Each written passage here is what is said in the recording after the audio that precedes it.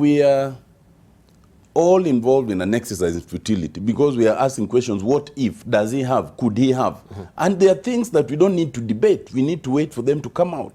So the point that I was making, which Aaron earlier disagreed, but I think now he agrees, is discussing all these things at this forum is an exercise in futility because we are saying we suppose, we think, we should, you know. But let's get some things clear. And let's start from where Boni Halwale left. Boni, do not mislead people on Article 206 in terms of the consolidated fund. Yes. It's here. Article 206 is very clear.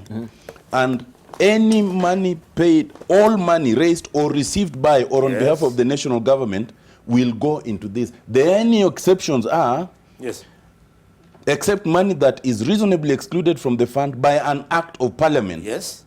There is no such act of parliament that authorizes this kind of money to be received anywhere else. 2, may, under an act of parliament, be retained by the state organ that received it for the purpose. There is no act that authorizes KVDA to receive any money that except through the consolidated fund.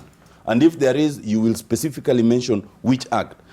Besides, you must also read that with Article 211, which talks of borrowing by national government, which now gives even further conditions in terms of what is to happen. So without reading it, and you will have time to read it, the point here is, and we made this point even in respect of Eurobond, monies raised by way of borrowing by national government must pass through the consolidated fund. And it was designed so that you do not end up with situations where money is borrowed in your name, but it goes into private pockets. And that is the original design.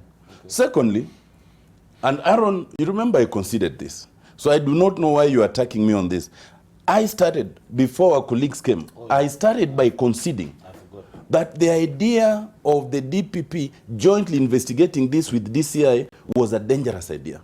Because the DPP must have the independence to review what has been investigating. That much I considered. You're talking. You had not come, so you can be excused. You are suffering the consequences of your lateness. Now, let me come back to the core issue. You know, why I think that we should not fairly be discussing this is because when the rubber meets the road, we expect a lot more than the skeletal statement that the DPP made. You remember previously, we had snippets of the money that came back from Italy. We had snippets of the 29 vehicles that were bought using some of this money. We even had that this money bought towels and tiles. You know, when we now get there, that's when we will be finding out who the owner of those towels and tiles are. Right now, I think the fear is that we might get to start speculating on the ownership of those towels and tiles. And that is why my colleagues here are very jittery. Let us allow the DPP the benefit of the doubt. And now that the DPP has chosen to bring the cases in court, let us then focus in court. And if you are in doubt and you think you have contrary evidence, then you go and give it. But if your evidence is that there are other similar dams, I had suggested, and I repeat, that you have the option of private prosecution. But in the case of Senator Aaron Chiriot, he has an additional platform. As a member of parliament, you have the platform to raise those issues.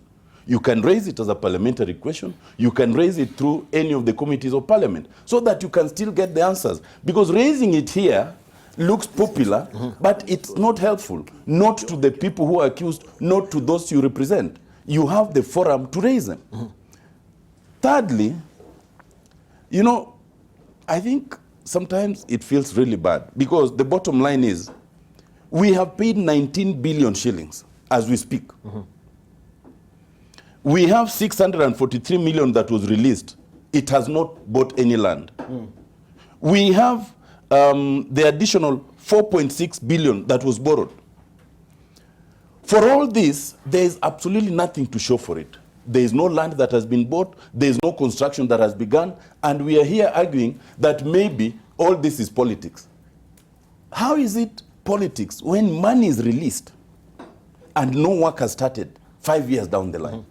How is it politics when a company that at that time had commenced winding up in Italy is being paid 19 million to be sure that we do the work, and we pay 11 billion to protect that company and ourselves, when in truth, those at risk is we, the Kenyan taxpayers, whose money has been paid. And especially at a time that that company is in danger of winding up. You know, how is it that you can read that the allegation by Treasury was that initially this was government to government borrowing. Now, you know, we do a lot of that every time it comes to elections. You know, you remember the stories of the IBC, the Canadian companies. So we got some money. It was said to be government to government. But you don't hear anything about insurance. Because when it's government to government, there is the assurance that a government will honor its obligation is good enough. That is why even in this country, government vehicles are never insured, because it is government. You know, so when you take then 11 billion, which is over almost 25% of the original sum of 46 billion, which original sum also inflated, and if you look at the history, it started by being costed at 16 billion, and it kept rising. You know, I think we can play politics with things. We can even say this person should be answerable, the other should not be answerable. But we cannot play around with the fact that a lot of money has gone into this idea, which is still at the idea level. It has not come to fruition in any way. Lastly, we must deal with the facts that we have. And Boni Halwale and Aaron Cheriot keep saying the AG did not, the AG did not. There is no evidence, so far as I've seen, that the AG's office was involved. In fact, if I read the charges, they lead to the conclusion that part of the problem is that Treasury and KVDA were doing things without involving the AG's office. That is what I am telling you on the face of it. You are a lawyer, Bwana. No, listen, but that's the point. Where? But let him just finish his point. That there is no evidence, so far as I can review, that the AG's office was involved. Maybe you have the evidence. Maybe we'll show it. So when the charges, for example, talk of number 7, the KDF official refused to allow competition. Yes. Maybe you have evidence that the AG had said there's no need for competition. Then you'd show it. When you say that Treasury in number 10 entered into a facility contract in euros, usually it's the AG's office that should enter that facility. So when it is said here that Treasury entered, it means an exclusion of the AG's office. You hold on, without the approval of the AG. Well, you may have evidence. You for sure believe that.